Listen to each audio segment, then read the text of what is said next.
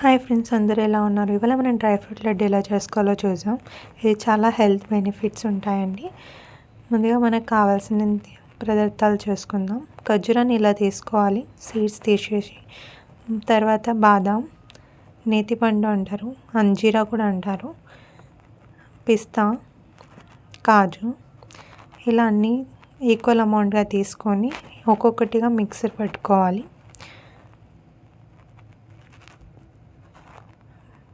మిక్సీలో మరీ మెత్తగా పట్టకుండా ఇలా చూపించిన విధంగా పట్టుకుంటే సరిపోతుంది. ఇలా అన్ని మిక్సీ పట్టుకొని ఒక ప్లేట్లోకి తీసుకోవాలి.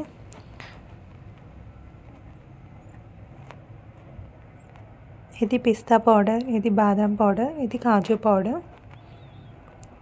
ఇప్పుడు మనం అంజీరా ఇంకా ఖర్జూరాన్ని కూడా అలానే మిక్సీ పట్టుకొని ఒక ప్లేట్లోకి తీసుకోవాలి. ఒక పేస్ట్లా రెడీ అవుతుంది. ఇప్పుడు గ్యాస్ ఆన్ చేసుకొని ఒక గిన్నె పెట్టుకోవాలి. ఒక స్పూన్ నెయ్యి వేసుకొని అది కరిగాక మనం డ్రైగా పౌడర్ పెట్టుకున్నవన్నీ వేసుకొని మంచిగా వేయించుకోవాలి. గోల్డెన్ బ్రౌన్ కలర్ వచ్చే వరకు ఒక 5 మినిట్స్ పాటు మంచిగా వేగనివ్వాలి. కలుపుతూనే ఉండాలి, లేదా అడుగంటుతుందండి.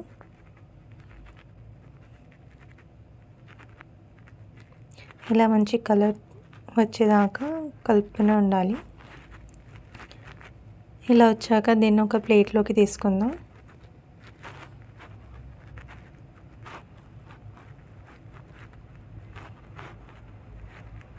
ఇప్పుడు అదే కడాయిలో ఒక స్పూన్ నెయ్యి వేసుకొని మనం కాజు అంజీరా పేస్ట్ పెట్టుకున్నాం కదా, అది వేసుకొని మంచిగా కలుపుకుంటూ ఇలా ఒక 2-3 మినిట్స్ పాటు వేగనివ్వాలి.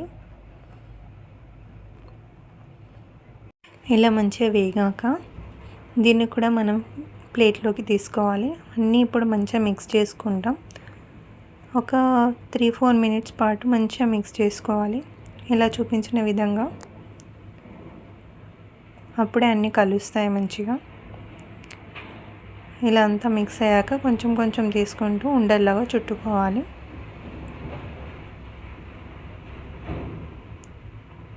ఇలా కొంచెం కొంచెంగా తీసుకుంటూ మిగతా అన్ని లడ్డూలు కూడా చుట్టేసుకోవాలి. అంతే అండి, ఎంతో easy and healthy dry fruit laddu ready అండి.